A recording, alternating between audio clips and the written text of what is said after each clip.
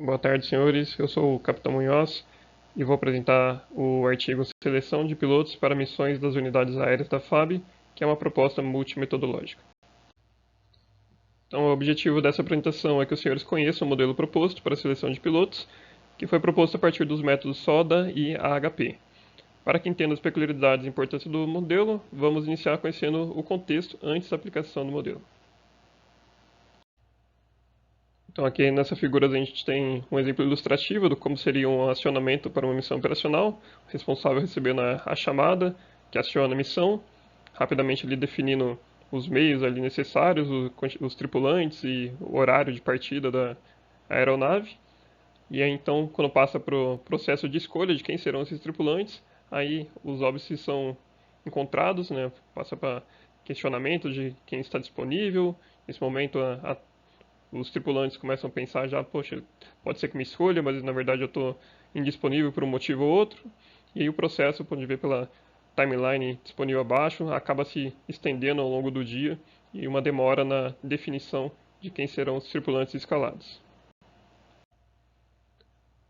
Agora vamos para os princípios do estudo. Então, a complexidade do processo de escolha se deve a um grande número de variáveis. Então, a gente está falando de escolha de tripulantes para missões operacionais. Entre as variáveis que entram ali a quantidade de horas já voadas pelos tripulantes, a validade do CVI, que seria o cartão de voo por instrumento, da mesma forma a validade de inspeção de saúde, qual a qualificação operacional de cada um dos tripulantes, a disponibilidade desse militar, dentre outros. Vou passar um exemplo de escolha entre dois pilotos, de modo que seja evidenciado ali como essas variáveis podem influenciar na definição de quem será o escalado. Então aqui a gente tem nesse primeiro caso ali o piloto A, um piloto com 2 missões realizadas no ano, 40 horas de voo totais, enquanto o piloto B é um piloto com 2 missões também realizadas no ano, só que já voa 45 horas totais, então ele voa mais do que o piloto A. Desta forma, o piloto A, por ter voado menos, está sendo escolhido para a missão. Agora, mantendo os pilotos A e B e as variáveis anteriores, mas adicionando novas variáveis, temos aqui o piloto A, ele voou 5 horas em sede e 25 horas em missões fora de sede, que é o caso das missões operacionais que a gente está tratando nesse trabalho, que são missões realizadas fora de sede. Já o piloto B voou 30 horas em sede e 15 horas fora de sede. E dessa forma, por ter voado menos fora de sede, ele passaria a ser escolhido para a missão. Inserindo agora a validade da inspeção de saúde, então o piloto A está com ela vencendo em 3 meses, enquanto que o piloto B tem a inspeção de saúde vencendo em 20 dias, e a missão, nesse exemplo, vai ser uma operação Gota, que é uma missão que acontece todos os anos no norte do país, e tem uma duração estimada de 40 dias. Então, o piloto B não poderia cumprir essa missão, já que sua validade da inspeção de saúde não permitiria, e o piloto A voltaria a ser o escalado. Do fluxograma das atividades desse estudo, que foi dividido em 4 fases. Na primeira, definição do objetivo de pesquisa e identificação dos stakeholders.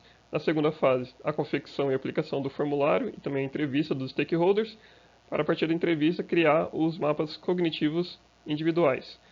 E, juntando os mapas cognitivos individuais, cria-se o mapa cognitivo agregado. Na terceira fase, a matriz de comparação par a par dos critérios, que vem do método AHP, e a definição dos pesos dos critérios relevantes. E na quarta fase, a proposta de seleção de pilotos. Agora a gente vai falar da aplicação do método SODA, que contempla ali a primeira e a segunda fase do nosso trabalho. Quanto aos stakeholders, eles foram escolhidos por serem ou membros atuais ou antigos das escalas de voo, né, dos esquadrões de asas rotativas, e isso garantiu ali que, por serem indivíduos que estão diretamente ligados e também interessados na melhoria do processo de escolha dos tripulantes. Nessa tabela a gente tem os stakeholders, cada linha representando uma unidade aérea de asas rotativa da FAB, e os stakeholders foram de 1 a 15, como eu falei anteriormente, militares com experiência atual pregressa nos setores de escala. E para cada um daqueles stakeholders foi feita uma entrevista e gerado um mapa cognitivo individual. E após a junção de todos esses mapas, foi gerado esse mapa cognitivo agregado, que é uma das etapas do método SODA, que permitiu com que a gente gerasse os critérios ali, tanto de seleção quanto os critérios de veto. E partindo do mapa cognitivo agregado, a gente chega nos critérios de seleção e critérios de veto. Pode dar como exemplo aqui dos critérios de seleção os dias de missão, a antiguidade, horas de voo realizadas no ano, sejam em sede ou fora de sede, né, que são as horas de missão. E já com os critérios de veto, pode dar como exemplo aqui a validade de inspeção de saúde, desadaptação, férias, curso e assim por diante. E agora a gente passa para a terceira fase, que é a obtenção dos pesos dos critérios. E nessa figura a gente tem a estrutura hierárquica, né, proveniente da aplicação do método SODA. A gente tem o objetivo como sendo a seleção de pilotos para as missões, enquanto que os critérios que foram selecionados na aplicação do SODA, na realização do workshop, foram os dias de missão, horas em sede, quantidade de missões e o tempo de esquadrão, que a gente chamou também de antiguidade relativa. E para definir de fato o peso dos critérios, a gente utilizou essa etapa do método HP, em que foi feita a comparação par a par dos critérios à luz do objetivo, e para isso a gente utilizou a escala fundamental de SAAT, que é essa escala que vai de 1 até 8, sendo que o 1 é quando os critérios têm a mesma importância, o 3 importância moderada de uma sobre a outra, 5 importância grande ou essencial, 7 importância muito grande ou demonstrada, e o 9 é uma importância absoluta, e os demais números ali, os números pares, são os valores intermediários entre os valores adjacentes. Para comparação par a par dos critérios à luz dos objetivos, a gente utilizou essa matriz, em que temos ali 5 colunas dos critérios e 5 linhas dos mesmos critérios. Então a gente tem ali que a diagonal, obviamente, tudo peso 1, já que eles são diferentes, que é o critério por ele mesmo, enquanto que a gente tem aqui em cinza escuro, a gente pode observar, como exemplo aqui, o peso 5, quantidade de missão por dia de missão, e o seu respectivo 0.2, já que é 1 sobre 5. Da mesma forma para todos os demais. E essa matriz foi aplicada então para os 15 stakeholders. E para unir esses 15 julgamentos foi utilizado o AIJ, que nada mais é do que uma média geométrica entre os 15 julgamentos. A aplicação da média geométrica em cada um dos campos gerou essa nova matriz de médias, e então a gente partiu para o cálculo de prioridade, e para se obter a sua prioridade, a gente utilizou essa parte de baixo do slide, em que foi realizada a multiplicação da matriz de médias pelo vetor unitário inicialmente, né, foi um cálculo iterativo, para se obter a coluna y. Já a coluna x é o y da linha dividido pelo maior dos y, no caso essa segunda linha, de modo que obteve ali valores de 0 até 1.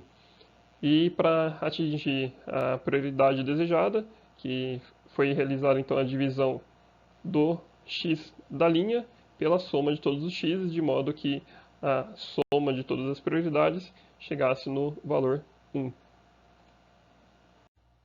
A iteração que eu citei consiste em pegar essa coluna x e transportá-la aqui para a coluna do autovetor, que vai entrar na multiplicação de matrizes, e novamente o cálculo então é efetuado, e esse cálculo é efetuado até que a gente consiga convergir.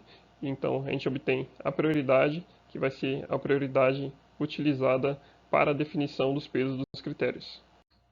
E foi dessa maneira que a gente chegou na tabela apresentada no artigo.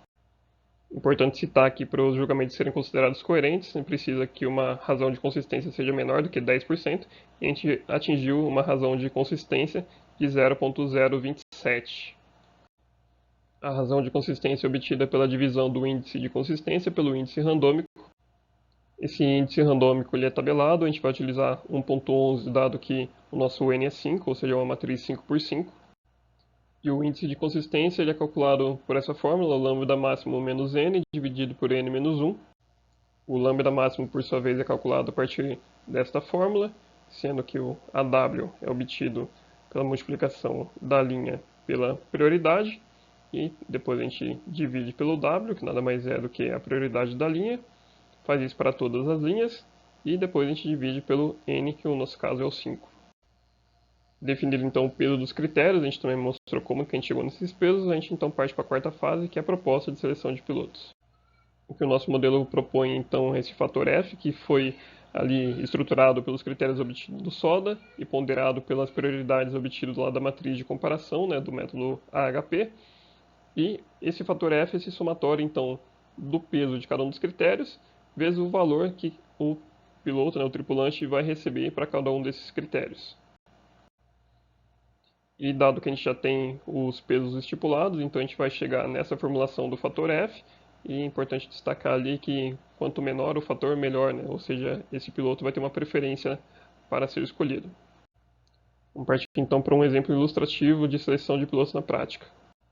No nosso exemplo, a gente vai utilizar o piloto 25, o P25, que cumpriu 35 dias de missão, em que voou 35 horas e 5 minutos. Em sede, ele já voou 77 horas e 25 minutos. Foram realizadas 2 missões e seu tempo de esquadrão ele recebeu 0.1, dado que ele é o primeiro ano na escala de antiguidade. Então, fazendo o cálculo, ele atingiu o fator 4.24. E aqui apenas ilustrando a tabela que foi utilizada para pegar o histórico do piloto. Fazendo isso para esses 3 pilotos, né, o piloto 24, 25 e 26, a gente obtém essa ordem, né, 2, 3, 1. Então a gente percebe que o piloto 25 ele ficou em terceiro, né, com aquele fator 4.24, dado que ele é o maior entre os 3. O piloto 26, com o fator 1.79, vai ser o primeiro na ordem de escolha. Além dos 3 pilotos lá que são os 2P mostrados anteriormente, a gente tem também aqui a tabela de 1P e tabela de instrutor, que são as operacionalidades dos pilotos do esquadrão. E eles são ordenados separadamente, dado que cada missão pode necessitar de uma composição de tripulação diferente. A gente tem também em colorido ali em amarelo, laranja e vermelho são os critérios de veto ou veto condicional. Exemplo ali em vermelho, uma inspeção de saúde que já está vencida, o amarelo é uma que está próxima de vencer. Já em laranja a gente tem ali um cartão de voo por instrumento que está faltando ou está vencido. E é laranja, dado que nem toda missão necessita do cartão de voo por instrumento ou não necessita que todos os tripulantes estejam com o cartão válido.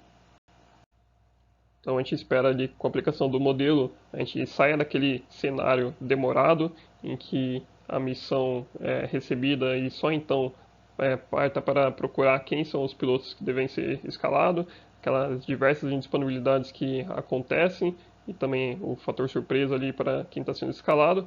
E chega nesse novo cenário em que quando o escalante recebe a incumbência ali de escalar a tripulação para aquela missão, ele já sabe quem ele deve escalar e da mesma forma o piloto ele já tem uma noção prévia de que ele será escalado, visto que a prioridade é clara e todo mundo tem como visualizar. E o processo em si vai se encerrar de maneira muito mais fluida. E como considerações finais, a gente traz aqui a transparência no processo, dado que os pesos já são estipulados, as entradas no modelo são quantitativas, o processo decisório ele vai ficar mais ágil e também coerente, vai haver uma redução da carga de trabalho e também um incremento na qualidade de vida dos tripulantes, dado ali que possibilita um melhor planejamento.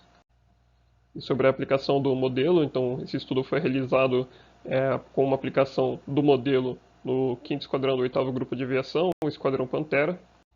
E também durante essa aplicação no Esquadrão Pantera foi desenvolvida essa aplicação web que permite ali deixar de utilizar apenas o Excel, mas possa visualizar as informações ali, as prioridades de missão, conforme elas vão evoluindo de maneira online por todos os tripulantes que receberem a senha. Ficam aqui então nossos agradecimentos tanto ao ITA, o curso de especialização em análise operacional, o CEAL, a CAPES e também a Força Aérea que possibilitou esse nosso trabalho. Obrigado a todos.